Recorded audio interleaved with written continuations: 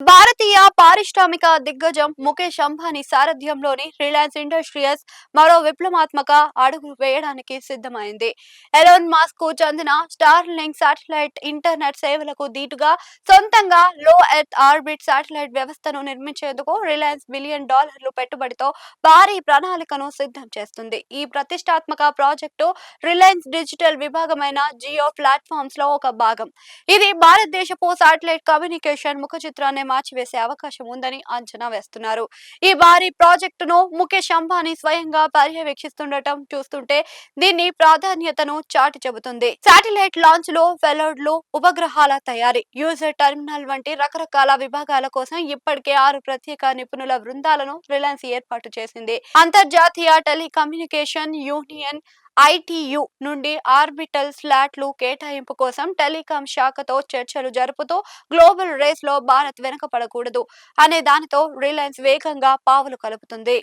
సాధారణ ఉపగ్రహాల కంటే భూమికి అతి దగ్గరగా ఉండే లియో శాటిలైట్లు హై స్పీడ్ ఇంటర్నెట్ ను అందించడంలో అత్యంత సమర్థవంతమైనవి.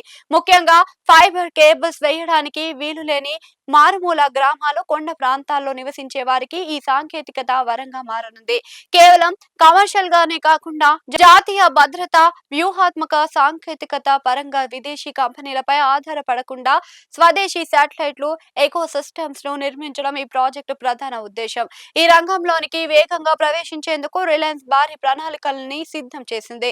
వ్యవస్థను సొంతంగా నిర్మించడంతో పాటు ఇప్పటికే ఆర్బిటల్ స్లాట్లు, మౌలిక సదుపాయాలు ఉన్న ఇతర కంపెనీలను కొనుగోలు చేసే అవకాశాలు కూడా ఉన్నట్టుగా పరిశీలిస్తుంది. ఇప్పటికే శాటిలైట్ కమ్యూనికేషన్ సంస్థ ఎస్ఐఎస్ తో రిలయన్స్ కు ఉన్న భాగస్వామ్యం ఈ ప్రయాణంతో కీలకంగా మైలురాయిగా నిలుస్తుంది.